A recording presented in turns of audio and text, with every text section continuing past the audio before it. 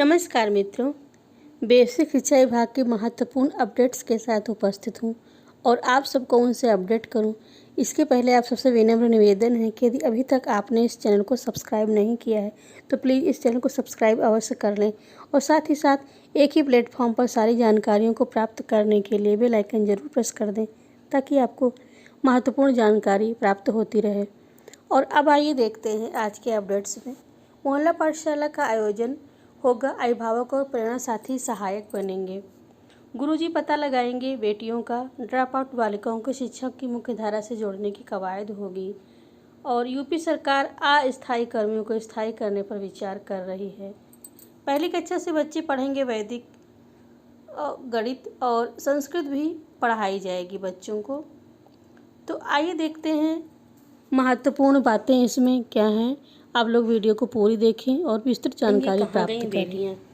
जी हाँ मित्रों, कोरोना के काल में जो ड्रॉप आउट बच्चियां हैं उनके बारे में पता लगाया जाएगा इसके लिए, और उनको शिक्षा की मुख्य धारा से जोड़ने के लिए सरकार कवायद कर रही है।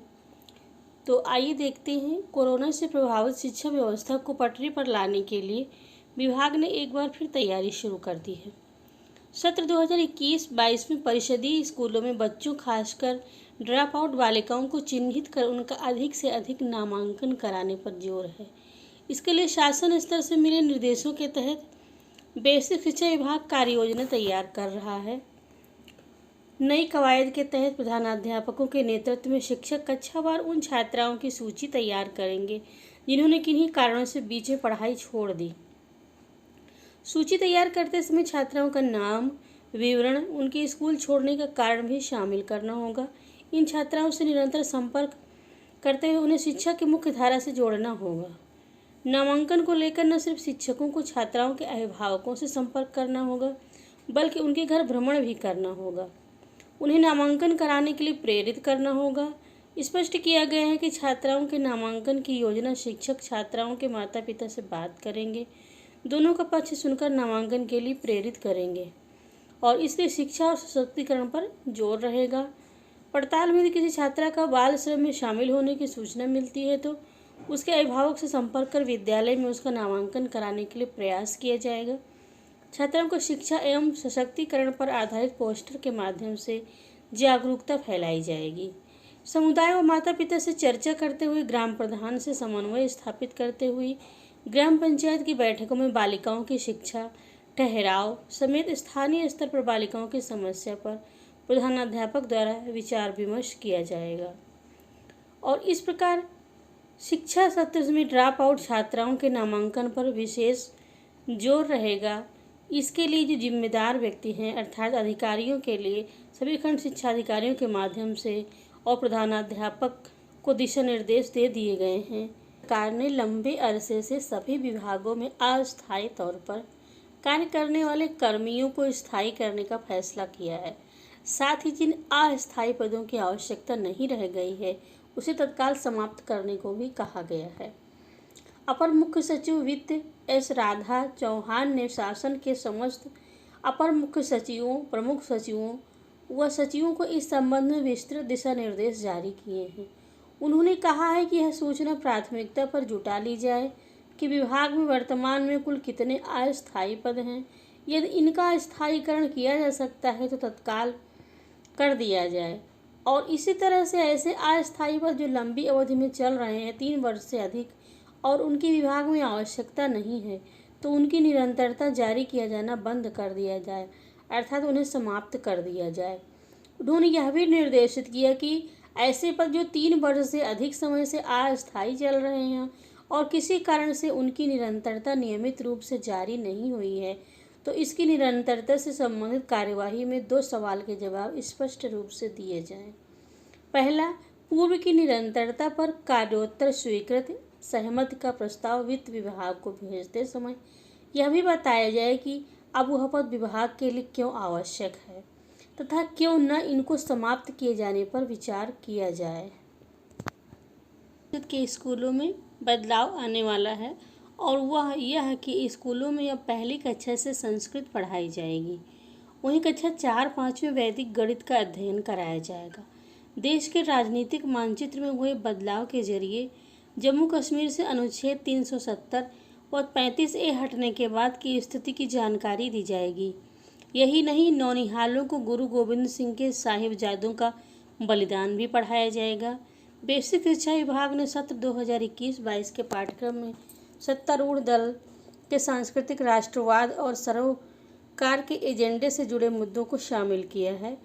कक्षा 6 की पुस्तक पृथ्वी और हमारा जीवन में देश के मानचित्र के जरिए पढ़ाया जाएगा कि जिस अनुच्छेद 370 व 35A के जरिए जम्मू कश्मीर को विशेष स्वायत्तता मिली थी और उनके नागरिकों को विशेष अधिकार प्राप्त थे, उसको खत्म होने के बाद लद्दाख और जम्मू कश्मीर केंद्र शासित प्रदेश बन गए हैं। लद्दाख की राजधानी लेह और जम्मू कश्मीर की राजधानी श्रीनगर है। वैसे ये अनुच्छेद 5 अगस्त 2019 को ही हटा लिए गए थे, लेकिन पाठ्यक्रम में अब तक शामिल नहीं किया गया था। मजबूत होगी इस प्रकार संस्कृत शिक्षा की नींव, क्योंकि बच्चों में संस्कृत शिक्षा की नींव मजबूत करने के लिए परिषदीय स्कूलों में पहली कक्षा में शब्दबोध, फलानि फलों के नाम, शकानि सब्जियों के नाम, पुष्पाणि पुष्पों के नाम और पक्षियों के नाम पढ़ाए जाएंगे। वहीं दूसरी कक्षा में बाल गीतम, मम परिवार, मेरा परिवार, अस्माकं सहयोगिन, हमारे प्रमुख सहयोगी, पशुओं पशुओं के नाम और संख्या बोध संस्कृत में संख्या पढ़ाई जाएगी। और वैदिक गणित के सहारे कठिन सवाल भी आसानी से हल कर सकते हैं। परिषदीय स्कूल में कक्षा 4 और 5 में वैदिक गणित में जोड़ना व घटाना पढ़ाया जाएगा। देश की प्राचीन गणितीय पद्धति में से एक वैदिक गणित के सहारे गणित के जटिल से जटिल सवालों को भी सरल व सहज तरीके से कम समय में हल किया जा सकता है। जगन्नाथपुरी के शंकराचार्य स्वामी भारती कृष्ण तीर्थ ने वैदिक गणित को खोज कर 16 मूल सूत्र और 13 उपसूत्र दिए। वैदिक गणित तार्किकता और सृजनात्मकता का समान रूप से विकास करती है। गुरु गोविंद सिंह के साहिबजादों की बलिदान गाथा बच्चे जानेंगे। और कक्षा 8 में बच्चों को इस वर्ष से गुरु गोविंद सिंह के साथ मुगल शासक औरंगजेब से संघर्ष में शहीद हुए उनके 4 साहिबजादों का बलिदान भी पढ़ाया जाएगा।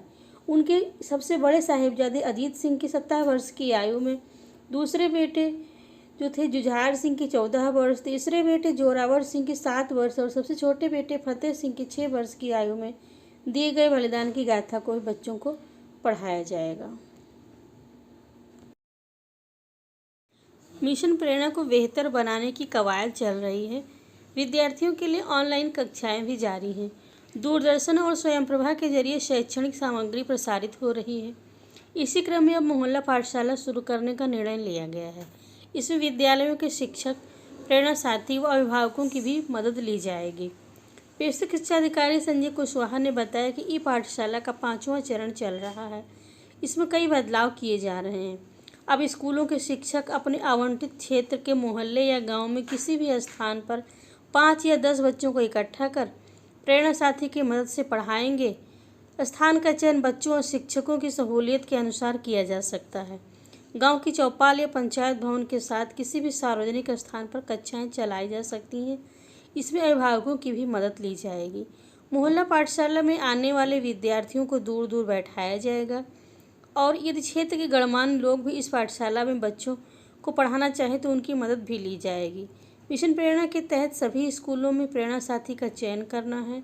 एक प्रेरणा साथी अधिकतम 10 बच्चों को पढ़ाएंगे और यह विभाग की ओर से जारी शैक्षणिक सामग्री विद्यार्थियों को अपने मोबाइल के जरिए उपलब्ध कराएंगे।